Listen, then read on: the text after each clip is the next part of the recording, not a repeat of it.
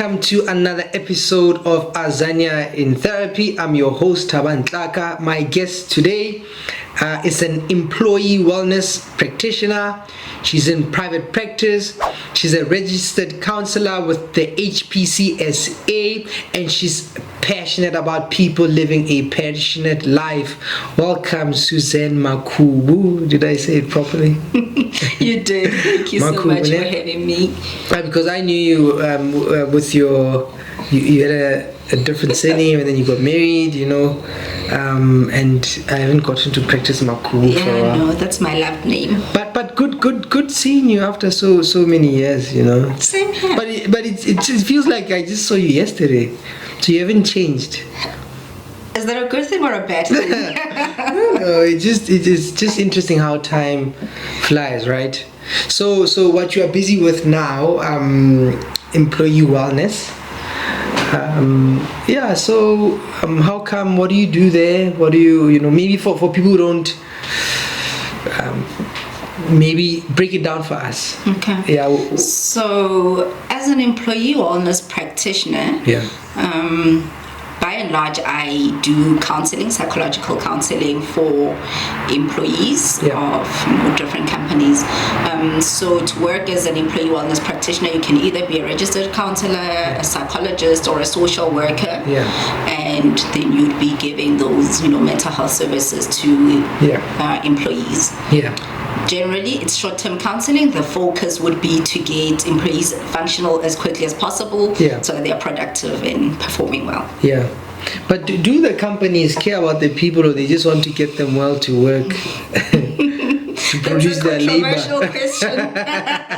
I don't want to get you in trouble. But I mean, you find different different companies and different management.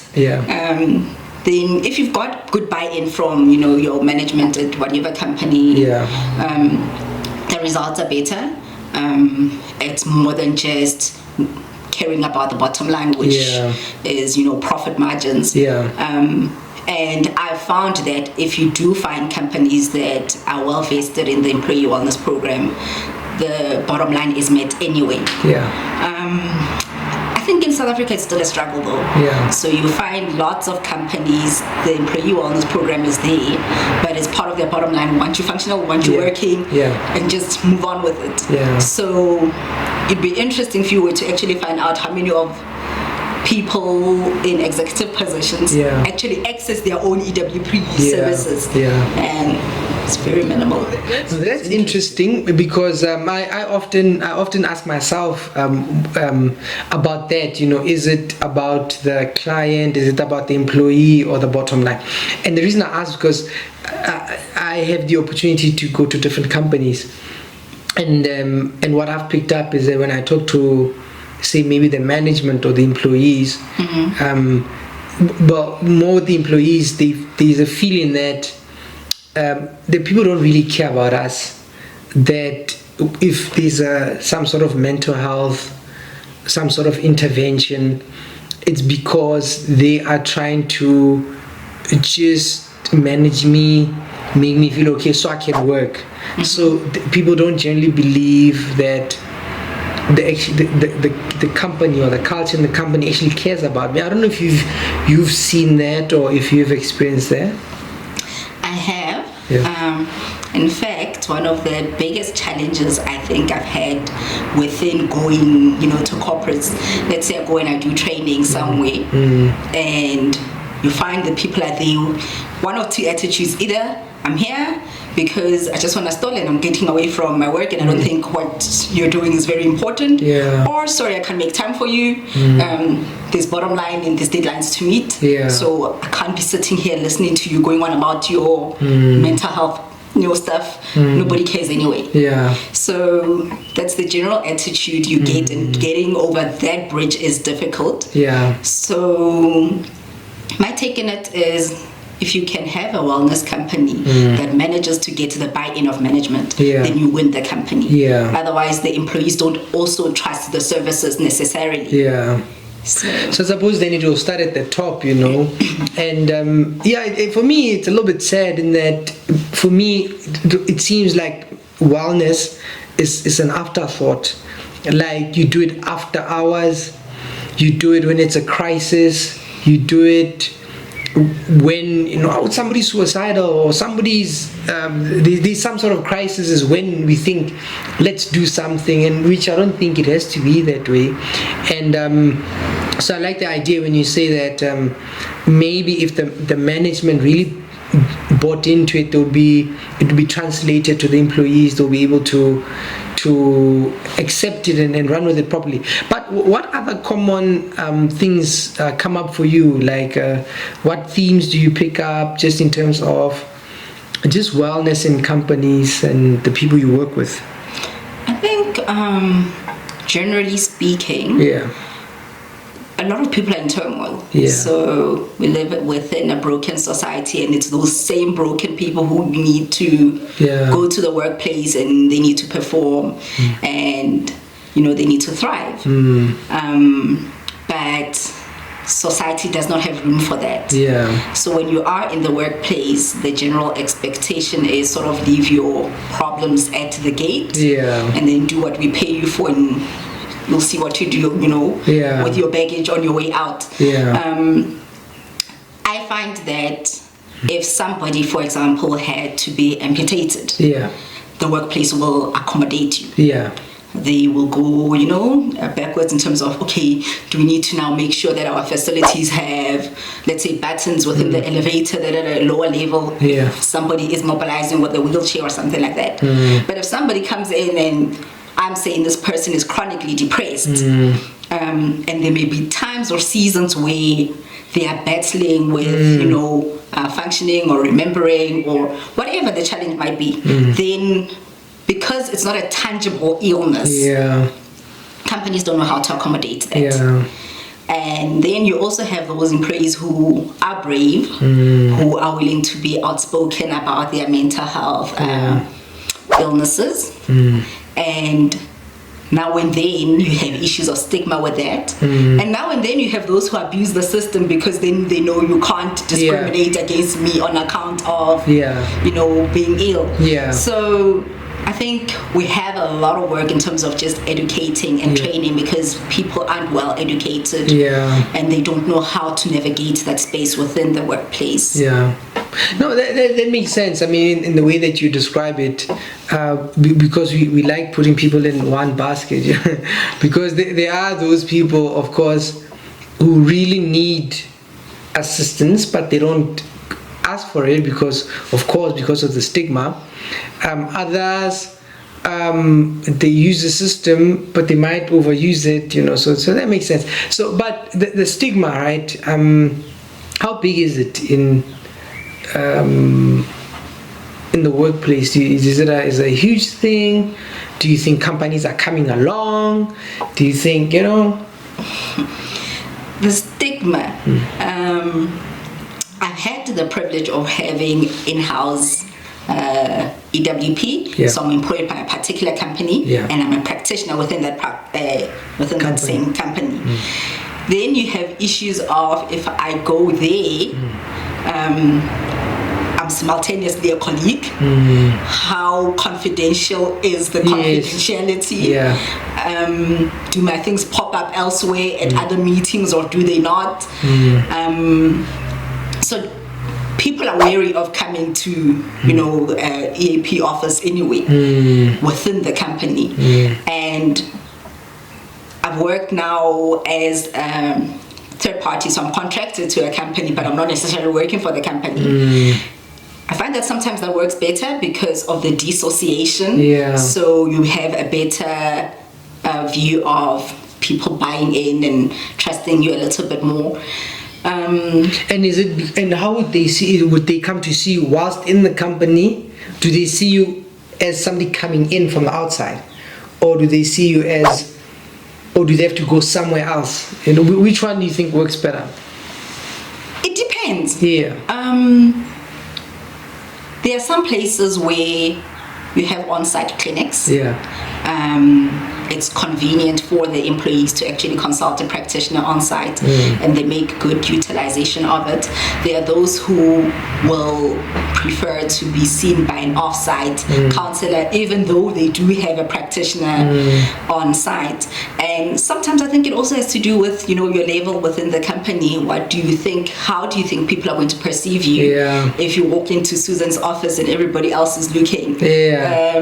So the funny thing is, I find especially now, different companies will refer to me, let's say in private practice. Then sometimes I'll ask, do you not have an on-site practitioner, at your workplace? And but they'll prefer not to utilize the on-site counseling. And there's nothing about the counselor, they just do not want to be seen or perceived to be utilizing the service because they don't want to be perceived as, weak. When you say that, you reminded me of something. I remember it was in the police. There's somebody who knew somebody who was working there, and I had visited this person, and I know there was on one particular floor they had a psychologist, and then they had a minister, a chaplain. They had a chaplain, and then they had something like this, a social worker. They had a few, just a wing for mental health. Some people would go, but many of the police didn't want to go there because they would say things like, but this can affect my promotion, and so if I go there, there's a record that I went there, then I have a problem. Next time when I want to apply for a promotion, they are going to use it against me. And then the second thing I've observed is when you do having some sort of issue, or you're struggling with a mental health issue, people use it like an insult. Like say you're upset and you express yourself, they'll say, hey, are you okay? You need to see someone. But it's not you need to see someone as in we are concerned. Derogatory.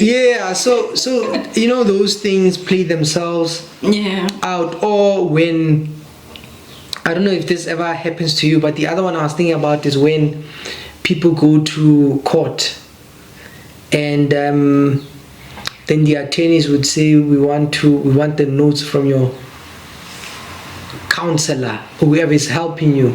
So I can see why people struggle. I don't know if you've ever had that experience where I try to stay as far away from psycholegal work as possible. But it also happens within the workplace. Sometimes, let's say somebody feels like they are unfairly dismissed, and they feel that, let's say, their work problems or their challenges had to, work-related distress.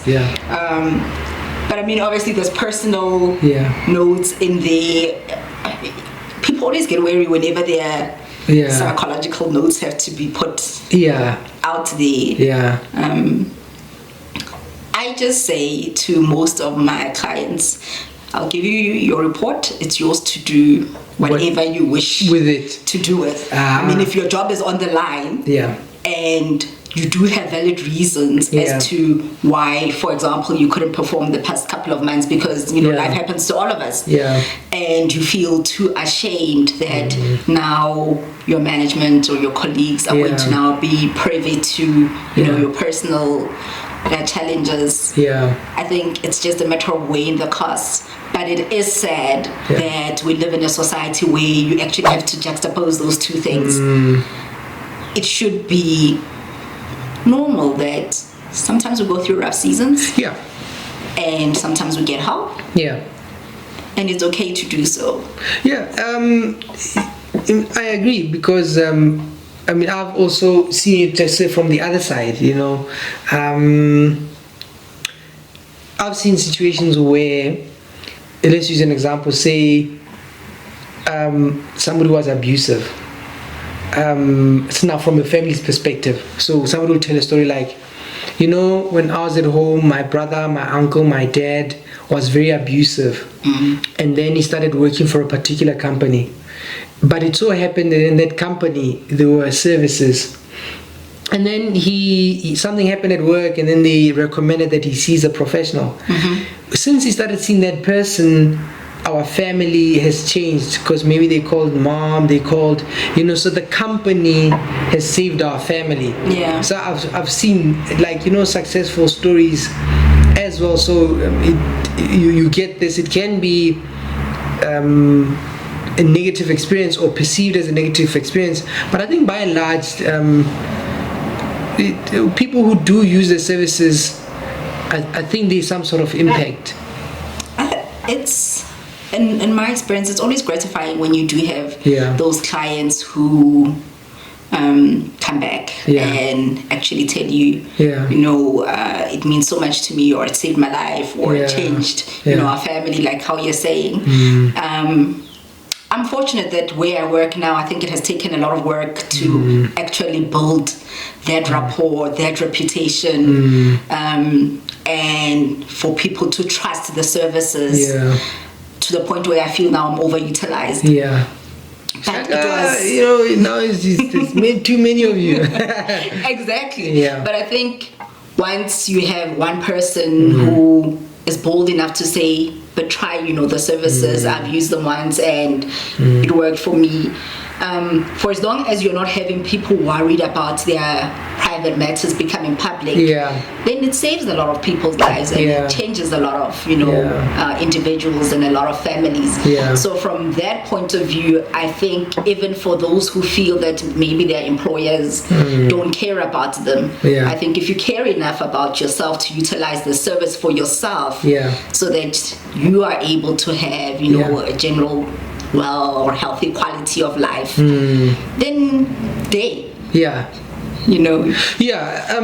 I don't know if you've also seen when when say you work in a company, right? You work in a company. Now there are different loyalties, right? Yes. There's management, there's employees. Then somebody comes to see you. I can see how somebody through wellness in a company can be split, right? And how do people usually navigate that as professionals in a company? Because they'll say, this person has a problem, tell us, what must we do? And then you're thinking, okay, how much do I tell? Where do I draw the line? Who do I protect? How does one navigate that kind of space? Those boundaries, I think, are important to just set up right from the get-go. So while your primary client is the individual, which means it's the employee, you are obviously rendering a service to the company. And you don't obviously want employees taking advantage of their employers. So in my case, I think it's very important that the companies that I'm contracted to understand that first and foremost, everything that gets done with my clients is confidential. So they don't have access to it unless the client whom they are paying for actually consents to them having his or her records. Have you ever been in that kind of spot where somebody maybe unknowingly asked you, hey, just give us so-and-so's report, so just tell us? I think it happens, but stand your ground enough times, and then people sort of know. You can't just ask. I mean, sometimes it's a very simple as, did Thabang come and see you? No, I'm asking, I'm just wanting to verify. He said he came to see you. It's so simple, I can't tell you that. So once you've done that, and I think that's how you actually win the trust of your people, because they will with time get to understand that you don't just divulge the employees' information. And the records are sensitive. So that is always going to be your primary client. But obviously within your own sessions with the employees, you will obviously do caution, because there's only so much you can get away with if you're going to abuse the system. So I think of key note is to say, when employee wellness practitioners are on site, for example, they are not any different necessarily from a practitioner within private practice. So the company has to work with that practitioner the same way they would a practitioner within private practice. So because your notes are confidential, if you get your fingers burnt, you can't now suddenly want the same notes that you had me protect with my life to now save your skin, you know? So I think, by and large, people have to be responsible for themselves. Do you also deal with, like, so when I think of the work environment, right, I think things like, can it ever be a place where people are really happy, right? And I ask that because when I look at the working environment, I look at hierarchies, I look at structure, I look at targets, right? And then also understanding people. Then I understand that many people struggle with people. So it's almost like a drama. It's like a drama, right? So there's a job that needs to be done. I can talk to people nicely, or I can pull rank because I'm the manager. You can, So I mean, those things. Do you often come across a lot of, I'm being oppressed, I'm being harassed, I'm being, like, the relationships when it comes to wellness? Do you come across things like that where now I'm not being treated respectfully by my manager, or they are harassing me? And are those issues that you face often? If somebody comes to see me because of work-related problems, most of the time it will be related to workplace relationships. So either management pulling rank, or colleagues sabotaging and backstabbing. So it's very seldom where I've had clients who have work-related challenges, and it's mostly because of the workload in and of itself, or the work, the day-to-day. It's people-related all the time. These ones are sabotaging me. This one hates me. This one has a problem with me. Absolutely. So, and I think when you are doing on-site work, oftentimes you can get detangled in which boss is doing what, this one is mean, and this one doesn't know how to talk to people. I think at the end of the day, when people come to us for therapy, what we want to do is capacitate them to say, if you find yourself in a toxic working environment, how do you build yourself up to make sure that you are able to handle a manager who's mean? How do we build your assertive skills to make sure that you know when to stand up for yourself, respectfully, but stand up for yourself? When do you know when to walk away or to... So when people come for therapy, most of the time, the focus will be then on building the individual up. But when they come, though, they would wish you could intervene. On their behalf. Definitely. If you could call the manager up, or if they tell my manager this. Write this to my manager. Make it go away. And that's not how it works, unfortunately. And even if I could, I try as much as possible not to do it. Because different companies have different cultures and different politics. And most of the time I'll be informed by my very clients what type of company am I working for. If you were to make a recommendation or write a letter or a note making mention of this particular issue, then I'll be further victimized.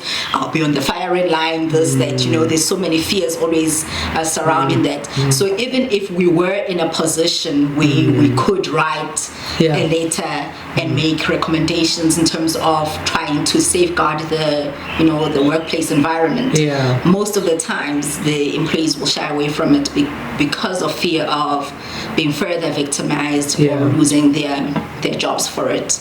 And is it a figment of their imagination, or people do get victimized and punished, in your experience? You get both. You get those employees where you're like, but no, you're also not pulling your weight. What should your manager be doing? I mean, what would I do if I had an employee like you? But you also have those employees who are genuinely being victimized, and I've actually had a few resign because they just felt between my mental health and having to navigate this type of workplace, I'd rather leave and figure out, Yeah. how to soldier on. So, and I don't think that is a figmentation of somebody's imagination. I think I had a client once who literally used to have anxiety attacks just by hearing the manager's voice. You don't make those type of things up. I think that employee eventually resigned. But it's those type of challenges that actually make employee wellness, that much more important.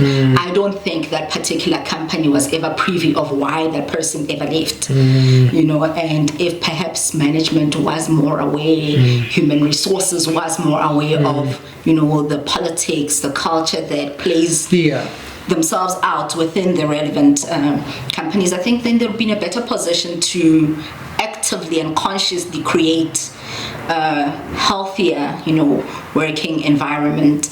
And having said that, where you do have employees who enjoy, their workplace, they do a lot better. And even at the times where they feel that they're being overloaded or their manager didn't speak to them respectfully or this, they able to overcome a lot quicker. They are able to be a lot more resilient than a workplace which just has a toxic culture. I've had employees who have literally said to me, I think I'm going to go back to my previous company and I'll have a pay cut because the work culture there is just so much more homely, and I think that is a compliment to the employer when somebody can say, I've worked here before, I left for a higher pay, I'd rather come back because you treated me so much better. And speaking about treating people better, people will come and you work with people and then they'll complain about their work. But I often think, do people say, I don't like using the word, say toxic people, let's say difficult people at work, right? Somebody would wake up in their house and then they would prepare to go to work, they get in a car and then they spend hours hurting other people. And I often ask myself, do difficult people at work, like in managerial positions, know that they are difficult? Or I don't know, it's quite a strange question to ask, but sometimes I have that thought, do difficult people at work know that they are difficult, or do they need some sort of feedback? Because often even when you talk to, say, employees, sometimes they'll say, yeah, you are talking to us, but these people up there should be here. I don't know if you if you've ever done wellness drives, you will hear that often. You will hear it often. You're talking to us, call them. Exactly. Sometimes I think the pressure is just intense.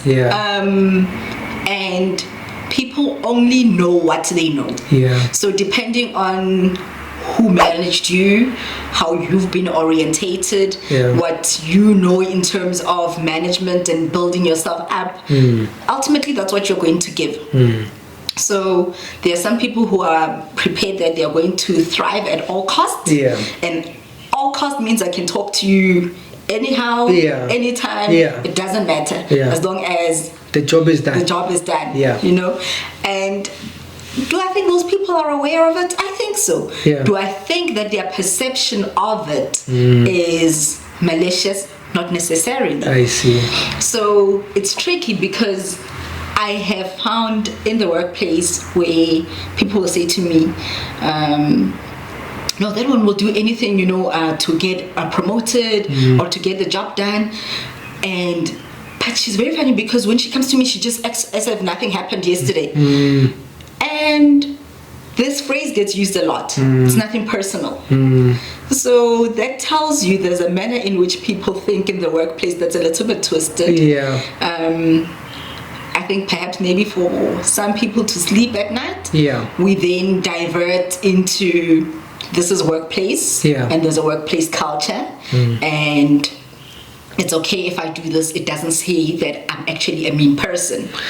So when you depersonalize it, then you are able to continue to go on about it. The other thing that I think about, right, concerning, say, people who are difficult at work, and you say sometimes people will do something and say it's not personal. I often wonder if people understand the effect or the impact they have on other people. Like, because I've heard people say stuff like, that person is difficult, but they don't know that I'm going to get them on Saturday, or I'm going to get them after hours. Have you ever had a situation like where it's like, okay, you are the manager there, you're doing stuff to me, or you're not nice to me, or you're rude to me, but don't forget that there's the weekend, there's after hours. Sounds like a strange question, but I often wonder if people actually understand that if you actually do things to somebody, there are people who don't take it well and they start planning how to get back at you. No, definitely. In fact, there's been cases where some managers who have consulted with me, when they became aware that by and large their subordinates are unhappy, they started feeling unsafe. And I think maybe that realization comes way too late, because by the time people are starting to plot, or you feel like somebody's following you around, or somebody is going to meet you. I mean, I think one client once said to me, mentioned a fancy restaurant and says, yeah, he hangs out in this particular place, and one of these days I'll just show up there and he thinks he'll just have his dinner in peace. I mean, that obviously talks to the amount of frustration and distress that this particular person was going through. So I don't think that when people are that difficult, they are aware of the effect that it could actually be that detrimental, that you actually overtake a person's mental space. They think up, they wake up thinking about what their day is going to be, what they could do to retaliate. They go to bed thinking about the same thing. And if you are not fortunate that such people do get help, soon enough, some do actually act out on it. So I have said that there are places where you find managers are great at what they do, but in terms of people skills, they are lacking. And when you have a company that is able to invest in the people skills as much as they would invest in technical training, then we would go a long way in terms of resolving those type of challenges. But sadly, I think a lot of companies don't invest in soft skills in the manner that they should be. So consequently, management thinks, or those who do have superior positions, that as long as they are meeting their bottom line, it's okay to continue to behave in that manner. I ask you because it's something that I've observed, and it's actually something that concerns me, because many times I have people and they'll talk about where they work, but then I often wonder, do the people at work know that people feel like this, and some of them, as you say, because they will think about this thing, they will start plotting, they will start planning to hurt people. And I sort of wish, when it comes to work environments, that people actually had skills that you can lead people in a way that's not dehumanizing. And I think part of the solution probably is to humanize the workplace. I don't know if you're familiar with John Maxwell's work. There's this book called 360 Leadership, and then he says somewhere in the book, he says he wrote the book because he would often go and speak at companies or work with people, and the people would say, we don't have the problem, but our managers do, or it's sort of like, I'm an eagle and I have a chicken for a manager. Like, I've got ideas, but this person who's managing me is like a bit slow, and so then I often wondered about those conversations, those relationships, but what can be done for work environments, for people to understand, this is how we deal with a person. If I do this, I'm gonna get good results. If I do that, people will be plotting to hurt me. I'm going back to, I think, a statement that I said earlier. Get to the management buy-in, and you've won the rest of the company. So a lot of what happens within companies, if let's say, for example, you own a company with a staff complement of, let's say, 500, which is not a lot. How much do you know of what's actually going on within your own company? So you bought into the EWP program. You don't have a problem funding it and making sure, because you want your staff to be well equipped. You want their problems to be resolved, and you want them to be productive. So maybe you care. But what about the management that you have employed? Do they care about the relationships within the workplace? And when you do have your meetings and you're having your report backs, how much of that did you actually take into account? So I find that if you were able to sit in at any of those meetings, which very rarely happens for me, but you are not discussing workplace relations within any of those meetings. You are discussing targets, deadlines, whether or not you have been productive. So if your managers are performing and their subordinates are complaining about them, what do you do? Do you then take your best manager up to task and then forfeit some profits, or now have to go through the hassle of having to have them replaced? So I think a lot of times the information doesn't always even filter all the way through to the top where something can then be done about it. A lot of people have a culture of just murmuring and complaining among themselves. So it's very seldom where you'll find people have even utilized their own grievance processes within their own company. And sometimes when they do utilize them, they don't believe in their own, human resource processes. So I think because of that, then a lot of information doesn't filter all the way up to people who have, the power to make those type of decisions. So maybe part of what we do need to do is educate within the workplace. Whether or not you have an employee wellness services within that company, but just general labor relations practices that every employee is entitled to. If people utilize those more, I think then people who have powers to make decisions would be more aware of what's happening, which would then make us aware of whether or not management is aware and they just don't care, or actually they don't.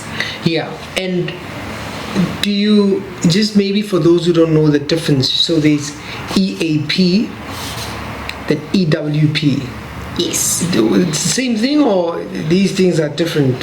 So EAP is Employee Assistance Program. Generally, the EAP and EWP get used interchangeably, but strictly speaking, your Employee Assistance Program would comprise of your psychological or psychosocial services, and depending on how well your company is doing, that sometimes might include counseling services, financial services, and legal services.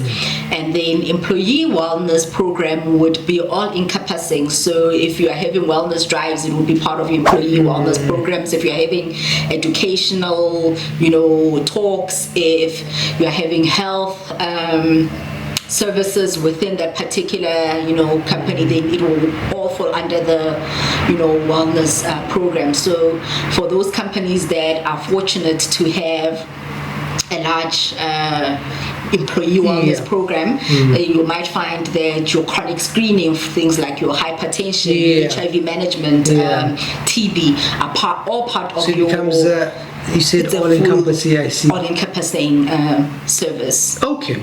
Now, what else do you think is important for people to know? Maybe let me put it this way. Let's say, in summary then, let's say just messages to two people, right? Employees and employers. Say there is a group of employees, they are entering the workspace.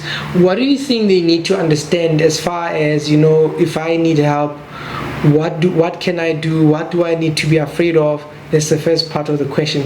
The second part of the question, same thing to managers. Yes, I think you touched on it here. You have a company. When it comes to employees, think of this. How would you respond to that? Well, to the employees, I would say that there is no shame in accessing, help. In fact, the earlier you seek help, the better off you are.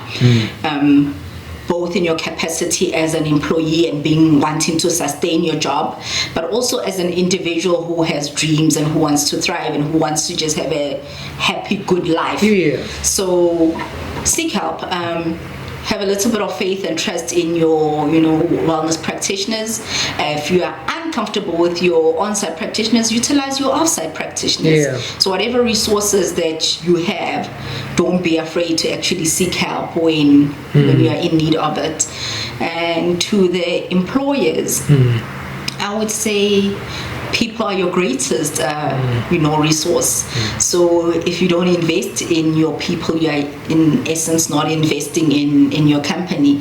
So investing in their emotional well-being, their physical well-being goes a long way in terms of meeting your own bottom line. Yeah. So just to take a little bit of a step back and reassess the workplace and be intentional about creating a healthy work environment. I think a lot of employers take it for granted that this will automatically just take place, but it doesn't. You have to be intentional about doing that. I know a lot of companies who will have, for example, Mindful Fridays or Wellness Mondays or whatever, and sometimes they discuss these topics, but sometimes your managers aren't there to be part of those particular programs.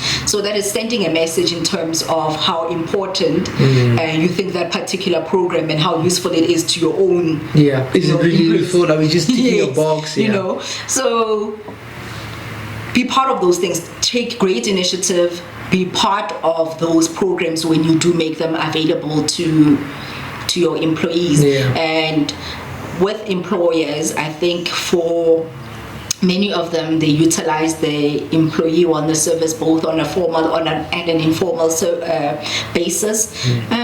Just be conscious of being formal about utilizing those services. If management believes in the services that they have, they will make sure that they are utilized. They won't let a little tension within the group just go on the wayside.